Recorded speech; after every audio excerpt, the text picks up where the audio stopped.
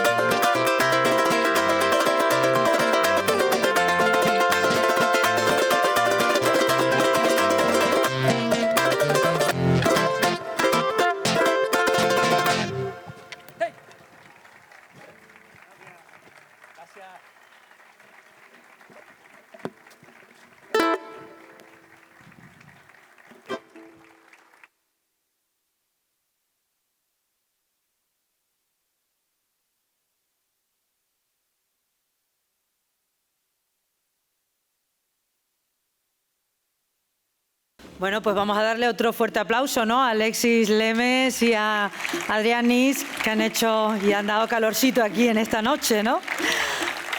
Muchas gracias. Y ahora arrancamos ya con la lectura del pregón y para eso pedimos la presencia en el escenario del alcalde don Alfredo Villalba Barreto. Buenas noches.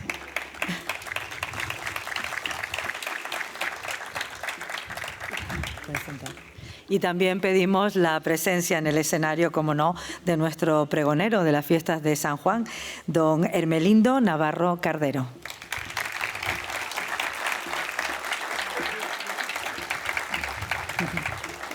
Buenas noches.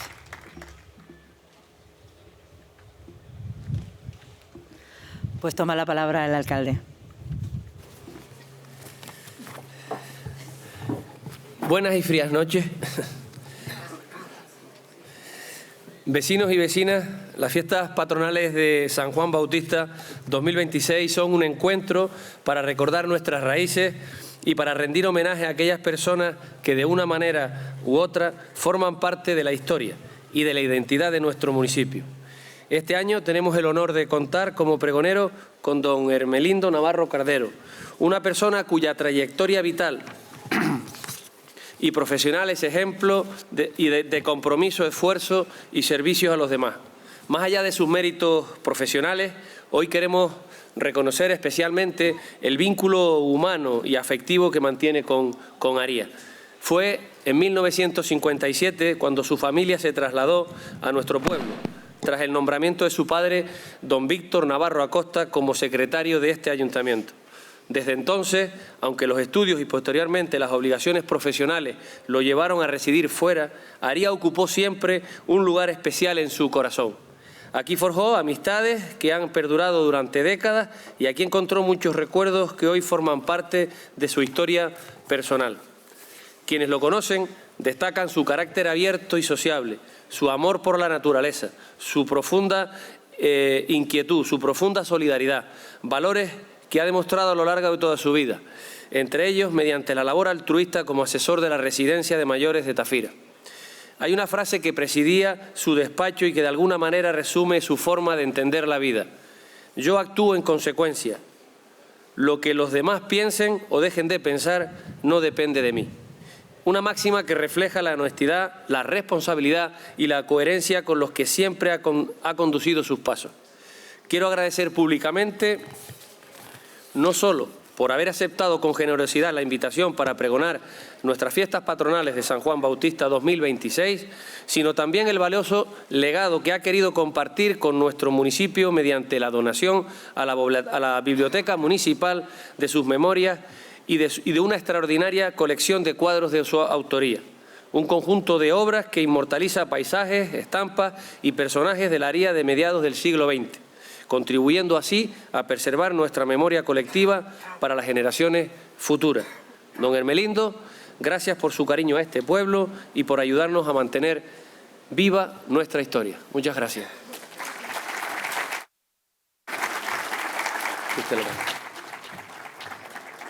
Después de lo dicho, vamos a ver si escapo. En principio, un grato recuerdo al amigo Juan Santana, que ya no está con nosotros, y a todos los que voy a nombrar, que tampoco están. Todos y todas.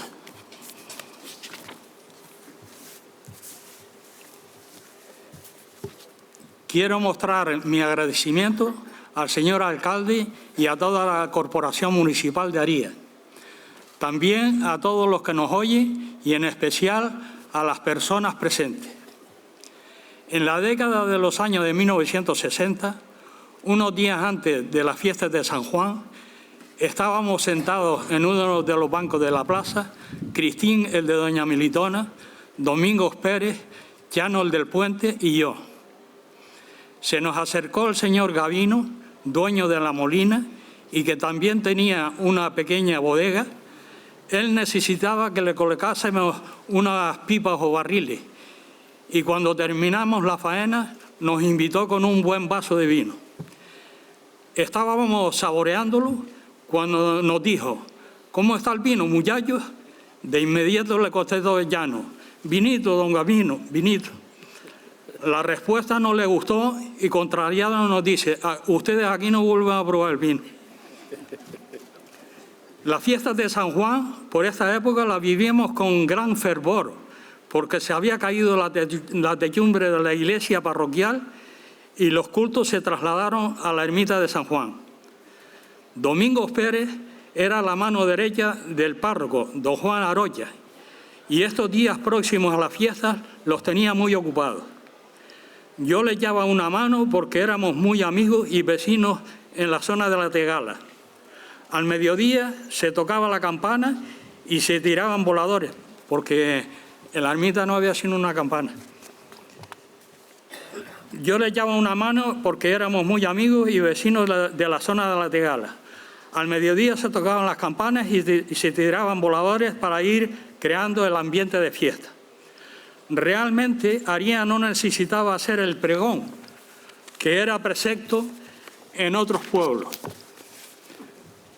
porque don Enrique Dorta, un joven sacerdote del pueblo, estaba dotado de una amena y fácil oratoria que el Colegio de Abogados de la provincia de Las Palmas supo valorar y cada año le encargaban el pregón de sus fiestas patronales. Don Enrique, desde la Basílica del Pino de Teror, a través de Radio Atlántico, le hacía llegar su homilía a todos los rincones del archipiélago canario. Todos sus sermones los comenzaba diciendo: vengo del Valle de las 10.000 Palmeras, que es Aría, en la isla de Lanzarote. Sus influencias por su prestigio con las autoridades de la provincia de Las Palmas eran notorias, pero él, con su humildad y discreción, lo ocultaba para hacer el bien a muchas familias y al pueblo. Y esto jamás lo dio a entender. Algunos jóvenes, con natural rebeldía, no aceptábamos lo de las 10.000 palmeras y nos pusimos de acuerdo para contarlas. Juan Domingo Betancor, que es el perito agrícola, confeccionó un plano parcelario con la ayuda de los planos catastrales del Ayuntamiento de Rústica, y Antonio Berriel y yo nos encargamos de contarlas. Comenzamos por la montaña de Ganada y terminamos en el Malpaís de la Corona. Contamos 9.832 palmeras. Tenía razón don Enrique Dorta con su descripción. Fue la época en que una de las principales fuentes de ingresos era el cultivo del tabaco, y algunos agricultores cortaban el cogollo a las palmeras y le echaban gasoil para secarlas, ya que en un diámetro de 4 metros desde el tronco de la palmera, las plantas de tabaco salían muy débiles. Esto era muy castigado con sanciones, pero se hacía y era el motivo por el que nuestro recuento no llegara a las 10.000 palmeras. Cuando terminamos el trabajo del recuento de las palmeras, se le ocurrió a Juan Domingo planificar una excursión caminando por la vuelta abajo, y equipados de lo necesario en las correspondientes mochilas, partimos de Aría un martes en dirección a Ganada.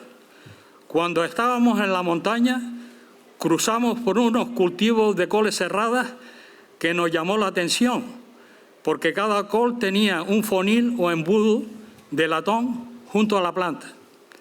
Cerca nos encontramos al dueño, el señor Justo, y nos explicó que el latón, con el frío de la noche, condensaba la bruma y se regaba la planta. Después de pasada la ermita de las Nieves, había una vereda que conocía Antonio Berriel. Por ella, cuando bajábamos, encontramos la boca de la galería que daba agua medio salobre a Recife, y se decía que por la perforación de esta galería había perdido el agua la fuente del Chafarí, que suministraba a los vecinos de Aría. Hoy, por lo visto, tienen el mismo problema, ¿no? Seguimos por la vereda hasta llegar a la caleta de Famara.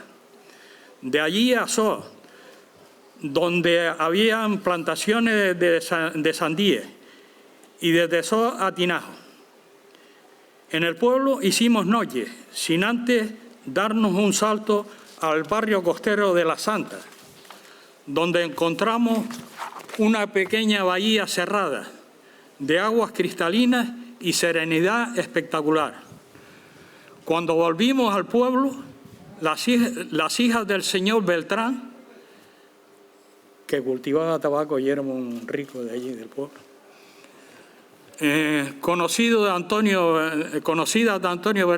las hijas del señor Beltrán, conocidas de Antonio, nos invitaron a su casa y cenamos. Al día siguiente, cuando aún estábamos en este pueblo acogedor, me vino a la memoria una excursión posterior al cráter del agua que hicimos invitados por el Cabildo de Lanzarote, cuando Antonio Berriel ni soñaba que iba a ser el secretario general de la corporación. Hay un cráter por la parte izquierda de la carretera que conduce de Tinajo al islote de Hilario, que según la leyenda, por él solo salió vapor de agua. Sus paredes son completamente lisas y la curiosidad nos embargaba. El grupo espeleológico de Aría partimos en el Land Rover del Cabildo con toda la indumentaria hasta este lugar. Paco Reyes, por ser el más ágil del grupo, fue el primero en descender a la cima.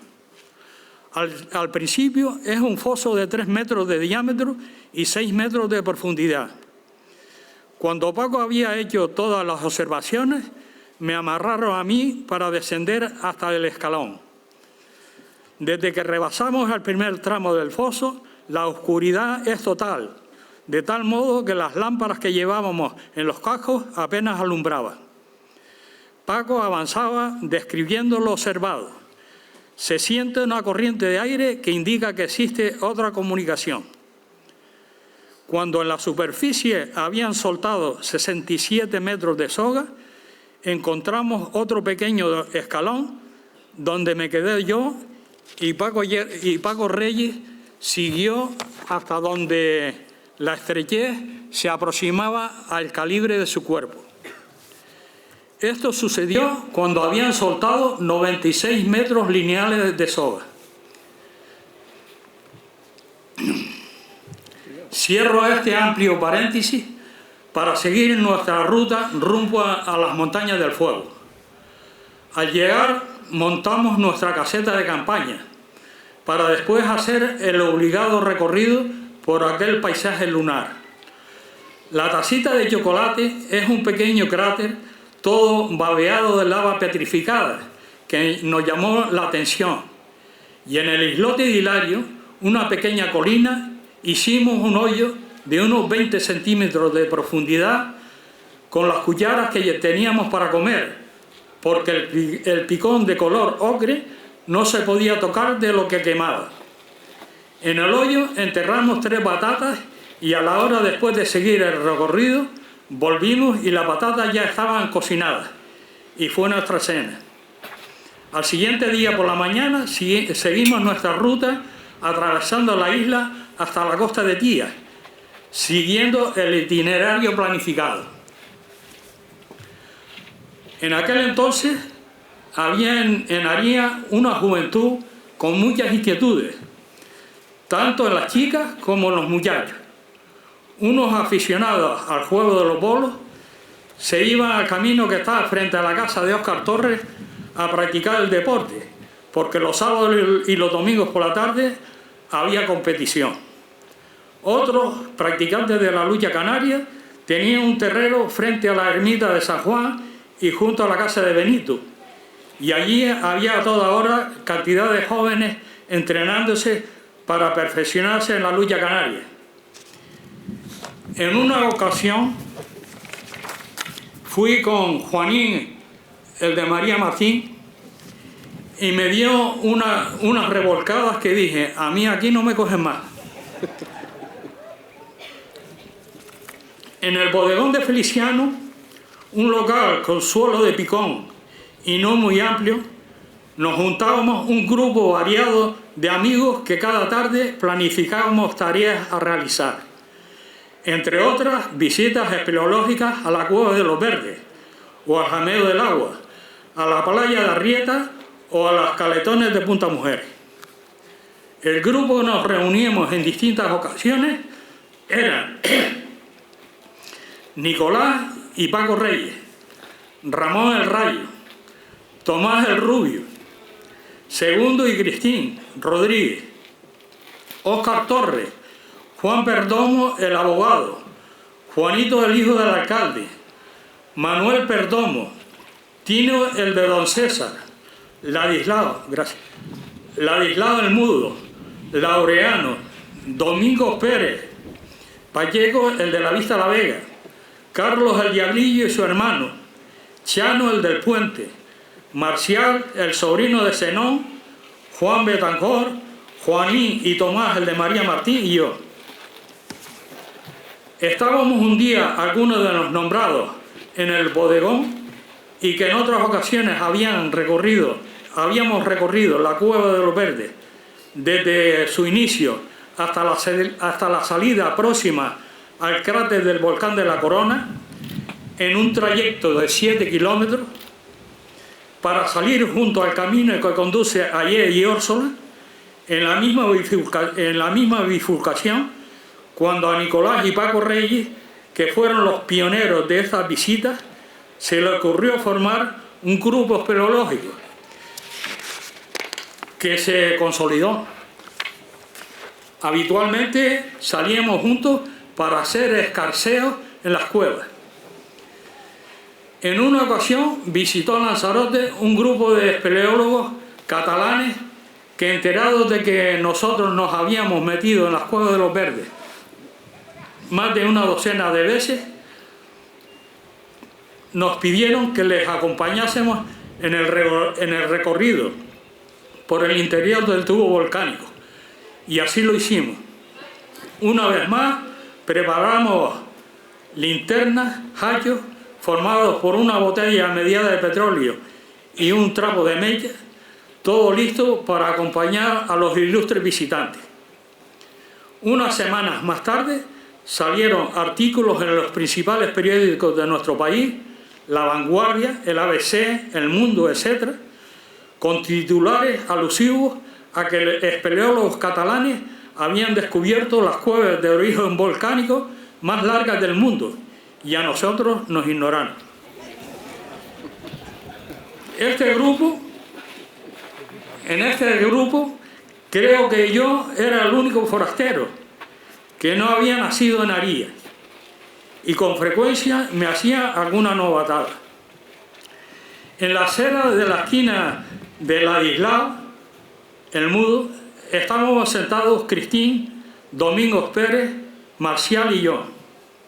Iba pasando hacia el ayuntamiento el señor Rogelio y me dice Cristín: ¿ves aquel muchacho que está frente a la tienda de Amadeo? Grítale Salema para que veas el cabreo que se coge.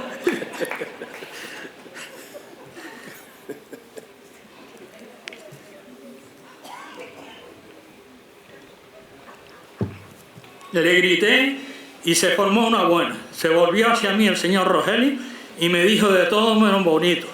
Al buen hombre le decían Salema.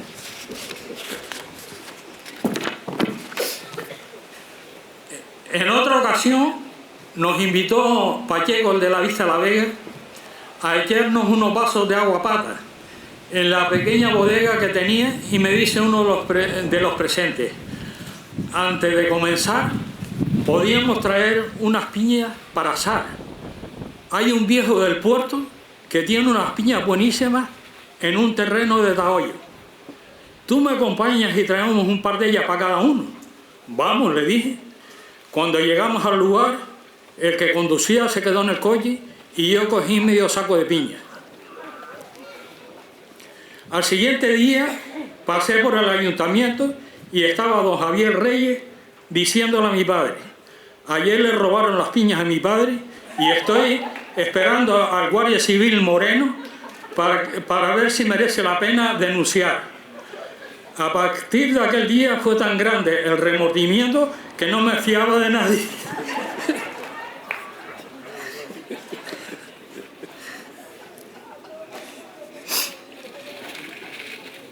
También tuvimos vivencias de gran honor y prestigio para el pueblo de Daría. Elisa Álvarez Ovalla era una asturiana farmacéutica que recién terminada su carrera vino a regentar la farmacia Daría. Como el trabajo era poco, dedicaba parte de su tiempo a preparar su tesis doctoral sobre los alcoholes. Yo había hecho buena amistad con Elisa y me pasaba de vez en cuando por la farmacia para observarla haciendo experimentos en el laboratorio. Por aquellas fechas habían muerto varias personas de una forma casi repentina. Se quedaban ciegas 2 o 3 días y morían. María Serpa, la sepulturera del pueblo, fue una de las víctimas y la parecida manera de morir levantó la alarma de Elisa y ella puso en alerta al médico, el doctor Barreto. Cuando ya se lo había comentado al médico, me dijo: Hermelindo, una de las características del efecto del alcohol metílico es que el efecto del alcohol metílico es que el veneno que es venenoso. Y los síntomas son que el veneno ataca, me salté una línea, que el veneno ataca el nervio óptico, dejando a las personas ciegas, y si la dosis es alta, muere. ¿Por qué no te vas a la tienda donde despachan ron a granel, donde se llaman las copas de ron María Serpa, y me compras una botella?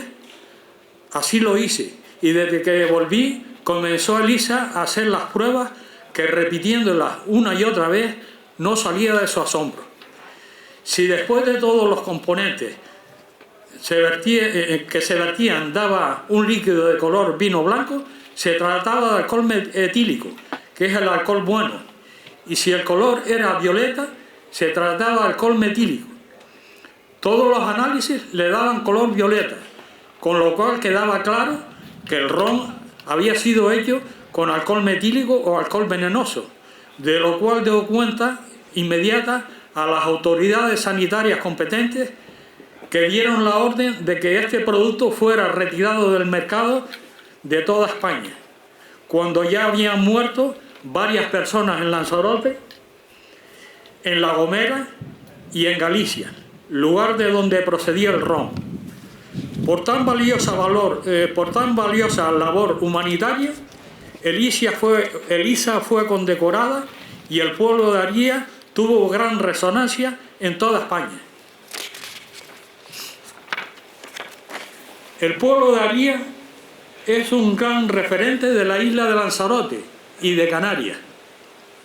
De aquí han salido grandes personalidades que, por nombrar algunos, tenemos a don Óscar Torres Berriel, magistrado de la Audiencia en Tenerife, a don Manuel Perdomo, director general de pesca del gobierno canario, a don Antonio Berriel, secretario general del Cabildo de Lanzarote por muchos años, a don Nicolás, el chofer de la guagua que cada día iba por las mañanas desde Magues hasta Recife y volvía por las tardes con los pasajeros y todos los recados que le hacían los vecinos del pueblo.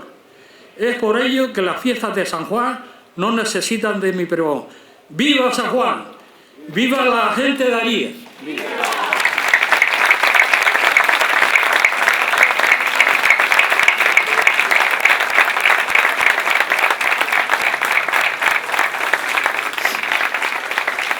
Corto pero denso. Bueno, pues muchísimas gracias, preciosas palabras, muy emotivas de nuestro pregonero. Y ahora, si les parece, vamos a hacerle ese reconocimiento por parte del alcalde, si se pueden levantar, para que permanezcan aquí en el escenario. Aquí enseguida nos va a dar, en este caso, Sí, pónganse delante ahí. Sí, muy bien. Sí, sí, ahí. Yo creo que ahí está bien, ¿no? Está muy bien. Bueno, pues para que le haga entrega del distintivo de plata que acredita a don Hermelindo Navarro como pregonero de las fiestas patronales de San Juan Bautista 2026. Que enseguida nos lo traen. Ahí.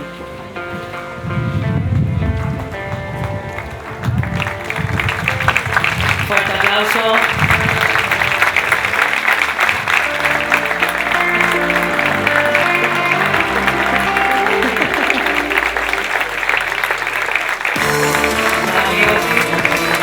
Gráfico para mantener esta fotografía muy bien.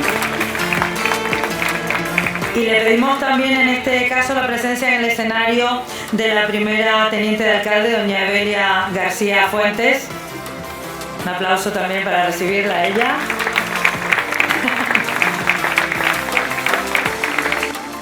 A ver dónde las colocan.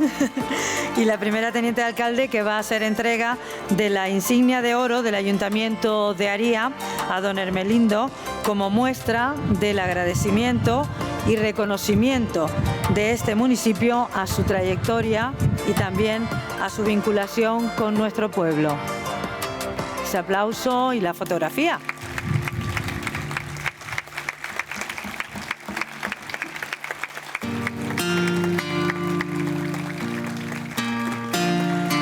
Y también solicitamos la presencia en el escenario del tercer teniente de alcalde, don Marcos Lemes Pérez.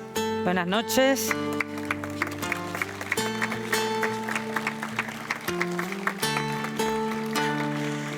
Y también invitamos a subir al escenario doña Josefa Díaz Hernández, esposa del pregonero, de nuestro pregonero.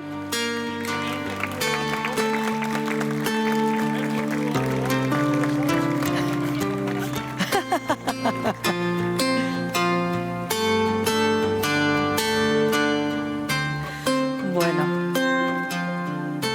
Y como gesto de cariño y reconocimiento compartido, precisamente el tercer teniente de alcalde, don Marcos Lemes Pérez, pues hace entrega de un ramo de flores a doña Josefa Díaz Hernández.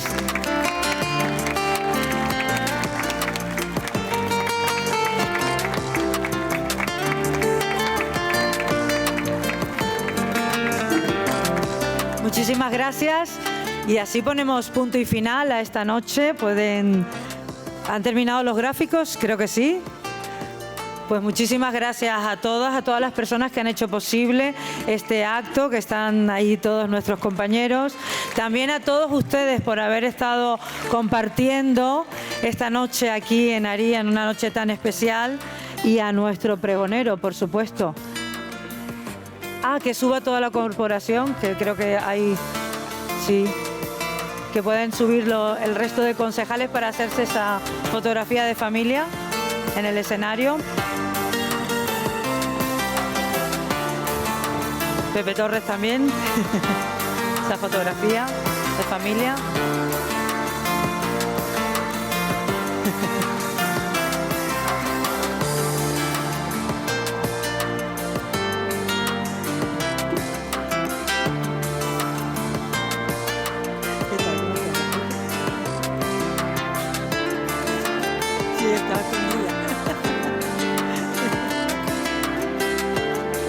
Bueno, pues un aplauso si se pueden juntar un poco todos. Muchísimas gracias a todos y felices fiestas que acaban de comenzar. Así que tenemos un programa bastante interesante. Feliz Día de San Juan. Felices fiestas.